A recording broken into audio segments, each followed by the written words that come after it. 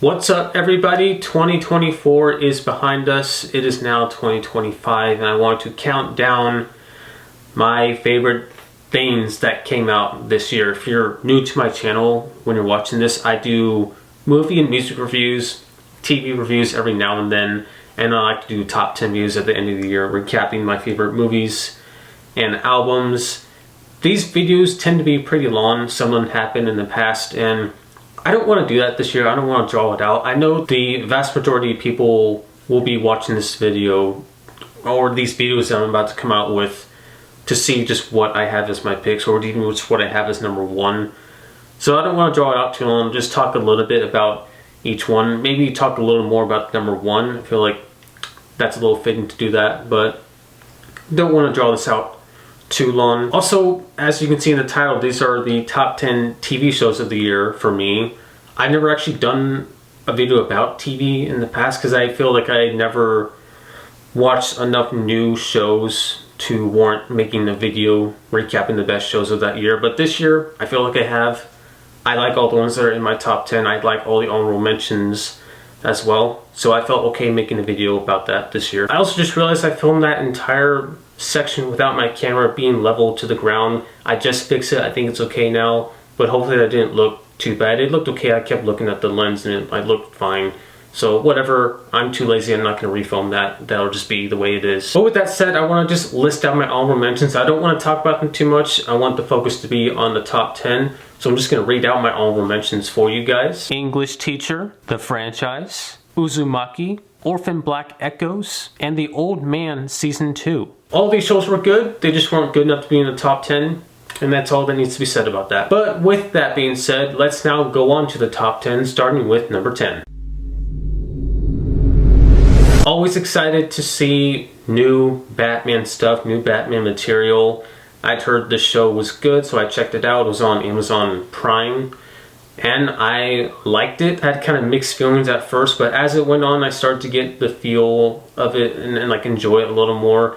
I didn't love Batman that much as a character. I thought he was just a little bit boring and not that fleshed out. And I know his story, but just wish there was more time dedicated to that. But some of the villains that were in here were really good. I love what they did with Harvey Dent, aka Two-Face, and just the Gotham culture and aesthetic of that was well represented. So overall, solid Batman cartoon series. I know they're going to be making a season 2, so I'll look forward to that when it comes out.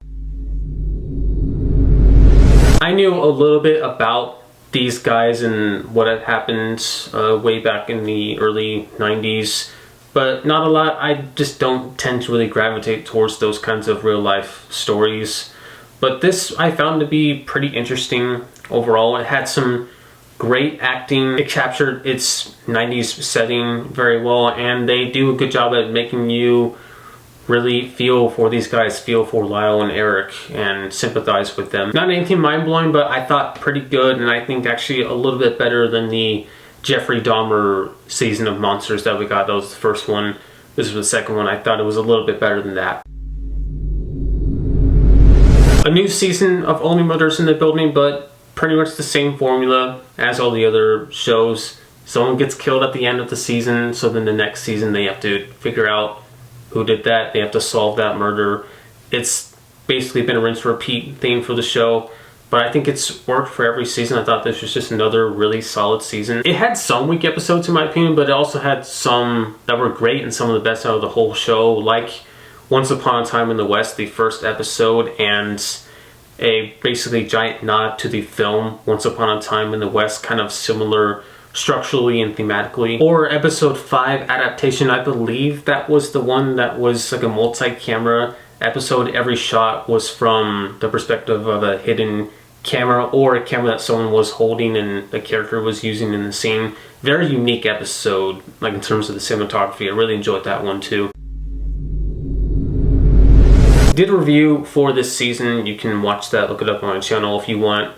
I said at a certain point that it was by far my least favorite season of The Boys, but it's still really good and just a testament to how great this show is, because this was still a pretty strong season in my mind. Some characters I was a little disappointed with what they did in terms of developing them, but other ones I continue to still really like, i.e. Homelander, Huey. And that final episode was crazy. What a cliffhanger it leaves off on. I do not know what they're gonna do with the next season, but I can't wait. Curb Your Enthusiasm comes to a close with season 12, the final season of the show, and I think a fitting final season. I mean, they were just gonna end it, you know, it wasn't gonna be like something that would build up for the last couple seasons or something, and you know that it's all coming to an end.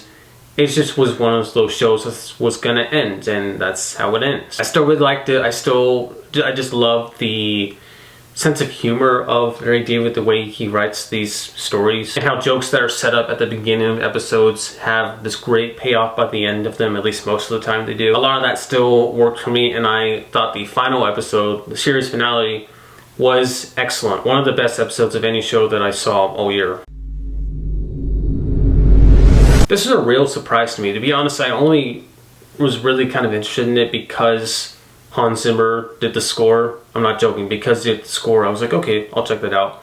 I'm a big fan of his work, but I thought this was really good. I feel like people are underrating it slightly. I think it's a really strong series and take on these Greek mythological tales. Super violent and gritty considering that it's animated, but I thought the animation was beautiful, and I liked the revenge story that was set up. I'm always pretty much on board for any kind of revenge tale.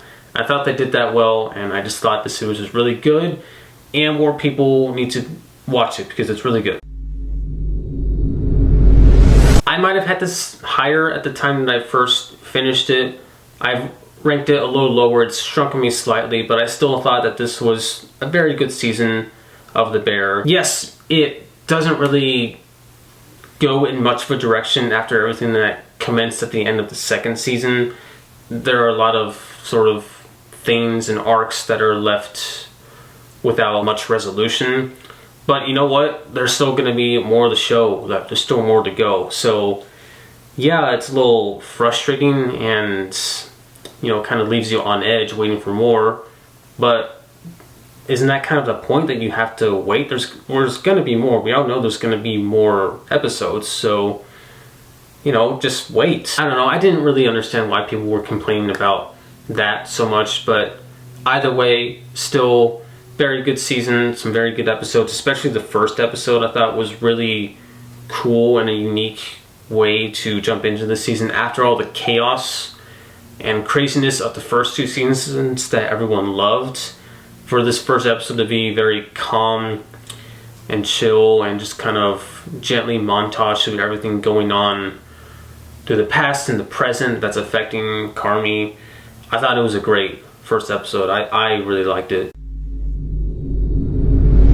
This series felt very cinematic. It felt like just a long movie that I was watching.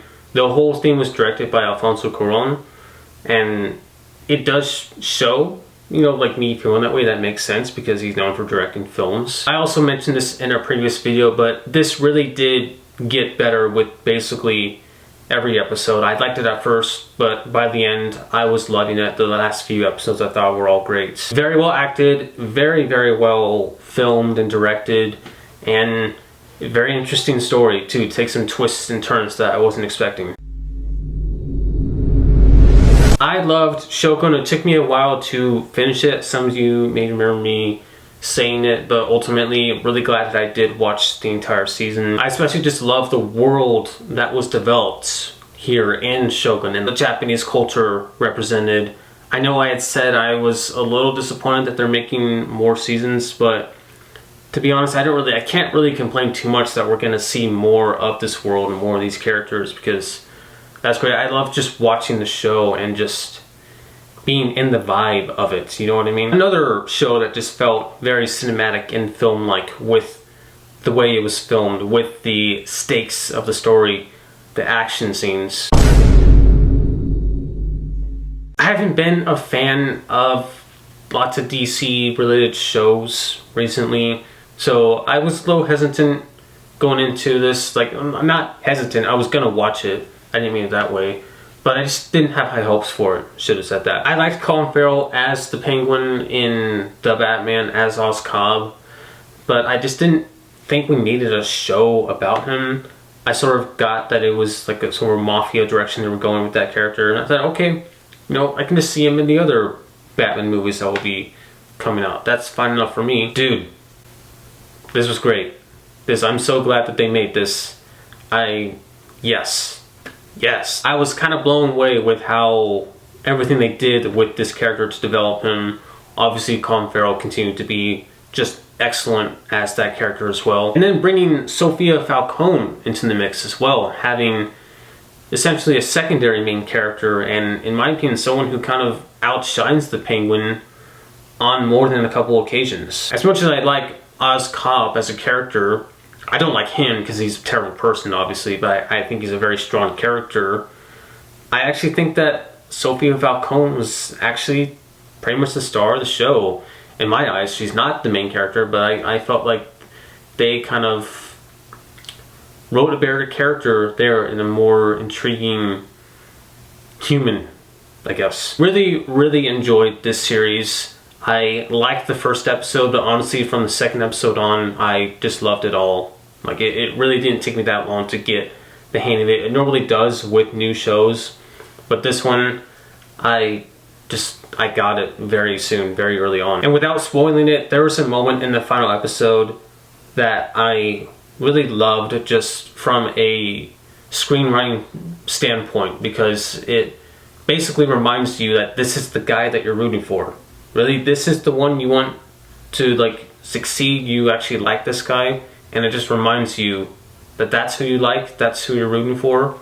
This terrible, horrible person. It feels funny to say, but I really do like when shows make me upset and stressed out at, like, you know, the people that we're watching on screen and what they're doing and their actions that they commit.